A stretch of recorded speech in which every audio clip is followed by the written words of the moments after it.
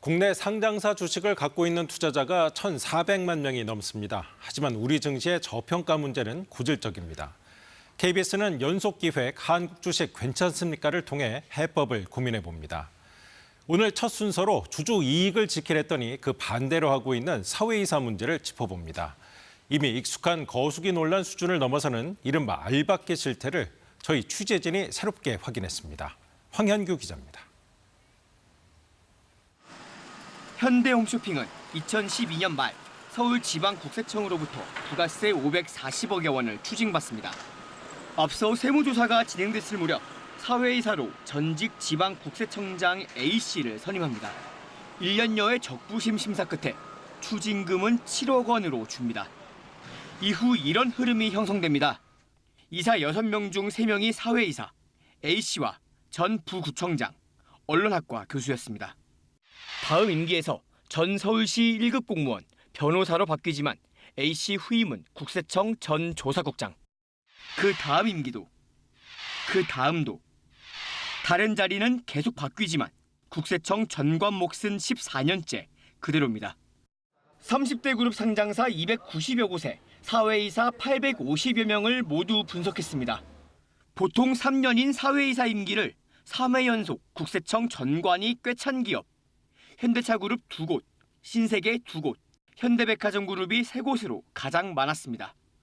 현대백화점그룹은 계열사 13곳이 상장돼 있어 회계 전문 사회이사 수요가 많다며 이해 충돌을 피하려 주요 회계법인을 배제하다 보니 국세청 출신이 많아졌다고 설명했습니다.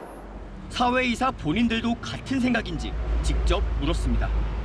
국세청 출신 분들이 계속 알박기처럼 세무상으로 어떤 리스크가 안고 있는 게 없는 건지 심층적으로 토론되고 정관들과 현역 사이에 상당한 유대감을 계속 유지하고 있어요. 정보들 같은 것들을 받을 수 있다는 그런 이제 기대들을 하는 것이고.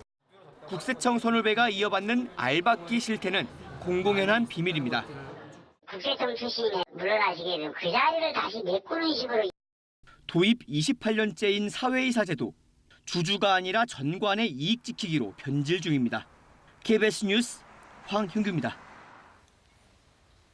사회이사가 상장사의 방패, 도우미 역할을 하고 있다고 의심을 살 만한 사례는 또 있습니다. 대형 로펌 소속 전관들이 고객인 상장사의 사회이사를 맡고 있습니다. 중요한 고객인데 제대로 감시하긴 어렵겠죠. 이 문제는 송수진 기자가 취재했습니다. 2019년 효성그룹은 총수 변호사비를 회사 돈으로 낸 혐의로 국세청에서 수백억 원을 추징당합니다. 효성은 김앤장을 선임해 조세 심판을 냈고 5년째 진행 중입니다. 수백억 원대 소송을 효성이 김앤장에 준 상황에서 김앤장 변호사인 김소영 전 대법관, 고문인 성윤모 전 산업부 장관이 효성 사회이사를 차례로 맡습니다. 고액을 받는 로펌에 소속된 사회이사가 고액을 주는 회사 경영진을 견제할 수 있을까? 상법은 상장사와 계약한 주된 로펌 소속은 사회이사를 못 맡게 금지하고 있습니다. 효성 측은 김앤장 계약 비중은 5% 미만으로 주된 로펌이 아니라고 전해왔습니다. 해당 규정은 어겨도 처벌 조항이 없습니다. 정부가 실태를 조사한 적도 없습니다. KBS가 상장사 일감을 받은 로펌에 소속된 사회이사를 자체 분석한 결과 지난 20년 동안 104개 기업 267명으로 확인됐습니다. S오일은 최근 국세청 세무조사에서 대리한 김앤장 소속 인물이 현대로템은 그룹의 공정위 관련 사건을 대리한 율촌 소속 변호사가 사회이사입니다. 견제장치입니다. 그래서 독립성이 가장 우선시됩니다. 현재처럼 방패막이로 삼고 거수기 역할만 하고 이렇다면 사회이사 제도는 허물뿐인 사실은 죽은 제도입니다.